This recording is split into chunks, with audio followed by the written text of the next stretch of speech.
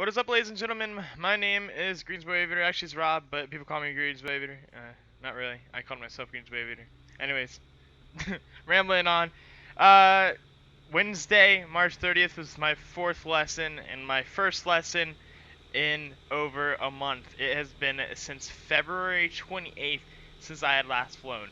And let me tell you, it was such a relief getting back up into the air, and we took off at about between 9 and or 9:30 ish probably, and there wasn't a bump or a cloud in the sky. Um, did I have to wait a really long time? Yes. Want to? No. But was it worth it? Probably. And oh, it was amazing. The reason as you can see that picture right there, as you can see, the reason hadn't flown in so long is because a bunch of bad luck and weather. So twice for 2 weekends I got sick. So the first time I had the stomach flu, or sorry, not the stomach flu. I just had the flu. That was fun. That lasted about a week. Missed a lot of school. And the second time last weekend, I had the stomach bug, which actually landed me in the ER next to some crazy dude. Good experience, you know. And in between those, the weekends had pretty bad weather. Crappy to say the least, and that wasn't fun. So. But the weekdays in between those weekends were not a cloud in the sky. It could have been a little bit windy sometimes, but oh yeah, it was really frustrating to say the least. Anyways, this lesson it was so fun. Each lesson gets better and better, and so this lesson is really smooth. We did some slow flight, which we attempted in the second lesson, and it was really bumpy, and I did really bad with it, and I actually ended up causing a stall because I was being too aggressive with the throttle coming off. And yeah, and so we did some slow flight, and then we did some intentional stalls, and then we did steep turns. We were going to do some turns around a point, but the wind was pretty much just really calm, and there wasn't much point. So here's a slow flight right here. We're at about 70 knots in this one, and I think we're in flaps 20. This is 8 X-ray Lima. I'm trying to do most of my flying in 8 X-ray Lima because it's just slightly different from 7 X-ray Lima. Same aircraft, but 7XL has 10. The flaps are from 0, 10, and then 30, whereas this is 0, 20, 30, and the flaps speeds are just off. You can extend them 8 knots quicker in 7XL. So I just started on here and I kind of want to end on here, to be honest. So I ended up nailing it. And actually, I did all of my stuff within private pilot standards, which is really, really cool. So here's the power off imminent stalls. I actually left it at 55% without realizing it, and that was my mistake. But so we let it come up to wing high, and we hear the stall warning, which comes on 5 to 10 knots above the stall speed. And so we drop the nose and push the power in and recover and bring the flaps up. Pretty easy stuff. And so next lesson we're doing power on stalls, which will be Sunday if the weather it allows. It's probably going to be a little bit turbulent because that's just how it is in the afternoon. That's when my lesson is this time. But there's us bringing the flaps up, and man, in this aircraft, it's really sensitive at higher speeds at about 100, 120 knots. The stick is very sensitive. Once again, to that slow flight stage, you can feel the stick almost like get stiff, and you have to put a lot more pressure into to get it where you want to go, and it's a little bit less responsive. So just bringing it around a little bit, and we had already done the clearing turns before.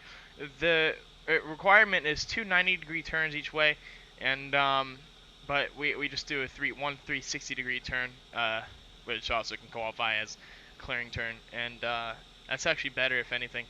And you start to the left because aircraft pass on the right. So it's not like there was a lot of people up this day. It's the middle of the week, and it's the morning in the middle of the week. It's not going to be very many people up. So that was also nice.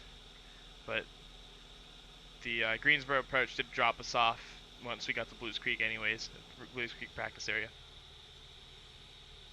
I don't know, it seemed like they were a little bit grumpy this day. Anyways, the reason why I'm commentating is because I failed at recording the intercom audio. I set up the voice recorder wrong effectively, and yeah, I just didn't pick it up, so that was my mistake. Oh well. Better luck next time, I guess. My bad, sorry guys. We're coming into steep turns here. This is really interesting. It's easier going to the right than to the left, just due to the engine rotation. But my first steep turn, and we felt our own wake turbulence on the way out, or when we were rolling out, which means it's basically a perfect steep turn almost. And my instructor, Mika, he was guarding me on the stick and helped me pull back a little bit when times I needed it, because I wasn't being as aggressive as I should pulling back. That's something that happened when I was just doing the standard rate turns, learning those the first lesson too. And so this is 45 degrees of bank, and it just feels so weird. It feels so unnatural, and just doing the 45 degrees of bank when you're used to 15 degrees, so it's 3 times what you're used to. And yeah, it's interesting, but it's super fun. Like, you can see everything around you pretty much if you look out on your right side if you're on the right turn. But you can really see we're just planting the nose on the horizon during the whole turn. That's really how you keep it where you want to go and within altitude. I lost about 50 feet. Private pilot standards mean just when you do a steep turn, and you can lose plus minus 100 feet, but no more than that. So yeah, we hit it pretty much spot on in that one. So we did Gumps ×3 before the landing here. I keep saying Anyways, we did Gumps ×3, the checklist, gas undercarriage mixture, which this is like one of the only, if not the only, general aviation aircraft that has a FADEC. So the FADEC handles that. So gas undercarriage mixture, which is the FADEC Scott.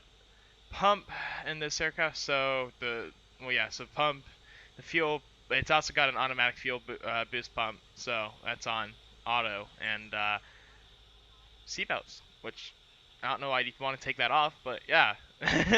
So that's already completed ×3. We always do it a few times even, just to make sure we're good. And I accidentally kicked into some rudder, I think, during the short final of the numbers, my instructor said, and that's kind of disconcerting almost, doing that and not even realizing it. And so that was interesting. I think it was a pretty decent landing anyways, so here you guys go.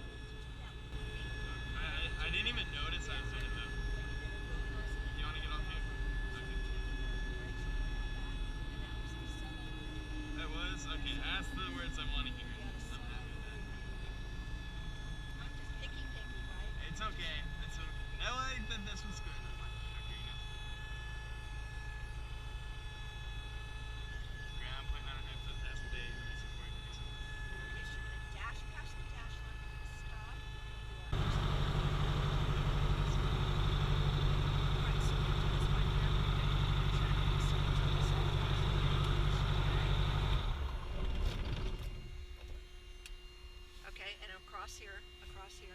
Go in and take the key out, put it up there. Key comes out. Now you go back to your checklist. Good job. Woo! Alright, so that wrapped it up. Yeah, I think that was a pretty good landing, in my opinion. Not too hard, not too soft. I was kind of waiting to balloon it. That was my plan. I was going to balloon a little bit and just hold it off in the balloon and then set it down. Not bad, though. So that was my first lesson in over a month, and I can't wait to go flying again already. Oh, it's so fun. It really is. This plane is. It's like I do too. it's the most fun you can have in a training aircraft, in my opinion. It's the most fun aircraft. Anyways, if you guys like what you see, go ahead and hit the like button. If you haven't already, hit the subscribe button. Many more videos to come. Not gonna be stopping anytime soon. There's nothing to stop me really. So hit the subscribe button, like it, share it with your friends if you really like it. And I appreciate the support, guys. And I will see you guys later. Have a fantastic one.